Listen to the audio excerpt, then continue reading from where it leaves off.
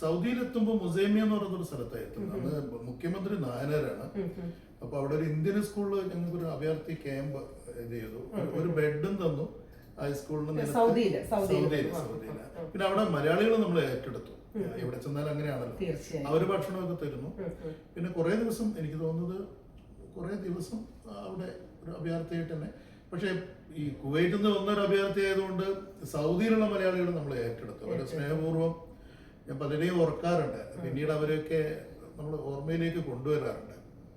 പിന്നീട് അവിടുന്ന് ബോംബെക്ക് ഒരു ഫ്രീ ടിക്കറ്റ് കിട്ടുന്നു. ബോംബെയിൽ നിന്ന് ഒരു KSRTC ബസ്സിൽ കയറിയിട്ട്, അത് ഗവൺമെന്റ് സംവിധാനമാണ്, ഗവൺമെന്റ് ഏർപ്പെടുത്തിയതായിരുന്നു.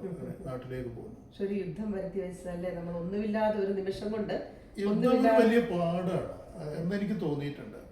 അതുവരെ ജീവിച്ച ജീവിത രീതിയെ മുച്ചൂട് മറിച്ചിടുന്ന ഒരു പുതിയ ജീവിതം വരികയാണ്. കാരണം അവിടെ കുവൈറ്റിയെന്നോ അറബിയെന്നോ അനറബിയെന്നോ ഒന്നുമില്ല, ഏത് രാജ്യക്കാരനാണെന്നോ ഇല്ല.